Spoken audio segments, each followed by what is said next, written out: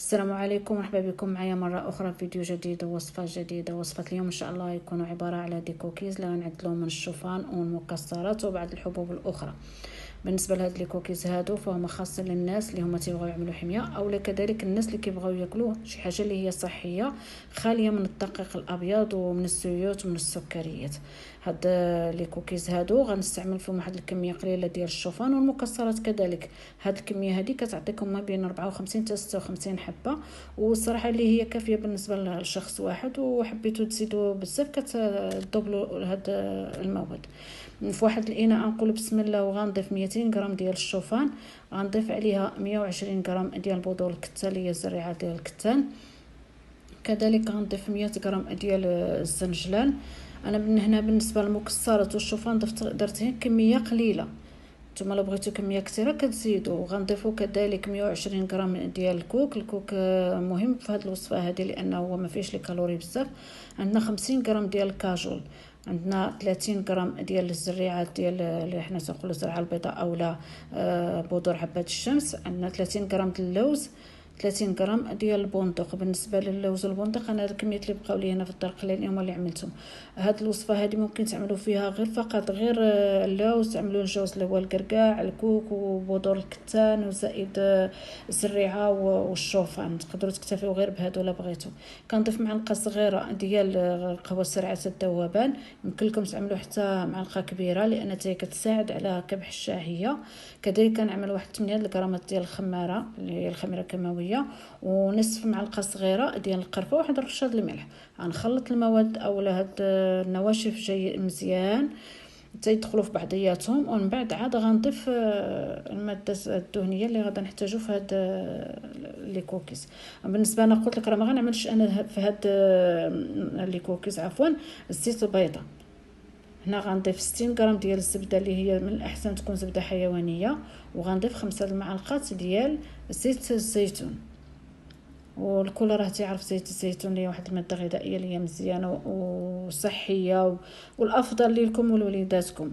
وكذلك هي راها كتعطي واحد يعني العامل حتى هي في انها كيشبعوا هاد الكوكيز يعني تقدروا تعملوهم كيشدوكم الشهيه عفوا، يعني راه كيساعدوا مزيان هذا سيرتو في الليل. يعني بالنسبه للانسان كيبغيش يتعشى وباغي ينقص الوزن، هادو راه كافيين لكم مع الكاس الحليب هيدا، ولا مثلا شي عصير معين عندكم كتعملوه بالليل.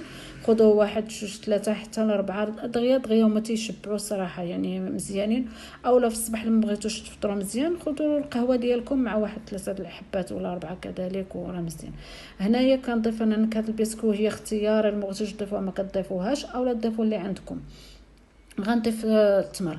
بالنسبه للتمر انا ضفت هنا 250 غرام فقط، لحقاش هذا اللي كان عندي هذا المعجون. والاخر يعني بالنسبه اللي هو حب ضيفوا منه 100 حتى 150 غرام ومزيان يكون الاخر، ولكن انا قلت لكم بالنسبه حنا غنخدموا باللي موجود في الدار. وضفت 50 غرام ديال الزبيب من الاحسن ما تكثروش منه. هذا هما باش غادا نحليو هاد لي كوكيز. وما تعتقدوش بان فقط هاد الكميه هذه راه ما غيجيوش حلوين بالنسبه للناس اللي كيبغيو الحلاوه هذا، ولكن بالنسبه اللي باغي ينقص الوزن راه من الاحسن ما يعملش الحلاوه بزاف. لبست هذاك التمر والزبيب دخلته مزيان في الخليط ديال النواشف ديالنا، وغنبقى نضيف البيض. بالنسبه للبيض هنايا يدخلوا لي 4 ديال الحبات زائد علبه ديال الياغورت.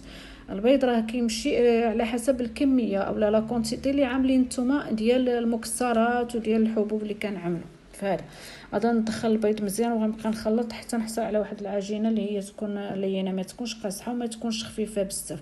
حتى لو كانت خفيفه ماشي مشكله، راه ملي غتحطوها في النبيره غتعطيوها واحد الوقت. بحال دابا انا هذه لحقاش العجينه جاتني هي ديك معوضه غنخليها ما بين 5 حتى 10 دقائق، وهنا انا تقريبا خليتها 5 دقائق في الثلاجه ومن بعد خدمت بها.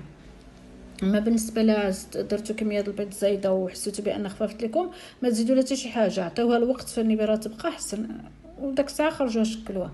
خديت واحد اللاطه ديال الفرن، هذا صحن الفرن اللي انا دهنته غير بالزيت ما عملتش فيه الورق، وغنشكلهم على شكل غريبات هكا ولا دي كوكيز صغارين. وبالنسبه للتشكيل ولا الحجم كيبقى باختيار ديالكم، عملوا لها الطريقه اللي عجبتكم نتوما. هيدا باش كتبقاو نتوما تحكموا في الحبات اللي كتاخذوا ولا في الوحيدات اللي كتاخذوا في الصباح اولا في الليل. وتقدروا تاخذوهم في اي وقت هادو بغيتوا، راه صراحه تيشبعوا بزاف ومزيانين وصحيين، يعني ما فيهمش شي حاجه اللي هي كذا غتزيد لكم الوزن ولا هذا. كملت التشكيل ديالهم، هما راه عطاوني هاد جوج ديال لاطات وواحده اخرى صغيره، انا قلت لكم ما بين 54 حتى 56 حبه. دخلتهم الفران اللي انا سخنته من قبل، ومن بعد فاش كندخلهم كنقص لهم العافيه مزيان. هادو هما لي كوكيز ديالنا من بعد ما وجدوا، انا راه دائما كنسبق بهم هو الوالو ما كنصورش عليهم. هادو هما لي كوكيز ديالنا. كنتمنى ان يعجبكم عفوا هاد لي كوكيز ويعجبكم الفيديو د هذا النهار. ما تنساوش انكم ديروا لايك الى عجبكم وتشتركوا في القناه. شكرا على المشاهده، ونتلاقاو ان شاء الله في وصفه جديده وفيديو جديد بمشيئه الرحمن. خليكم على خير ومع السلامه.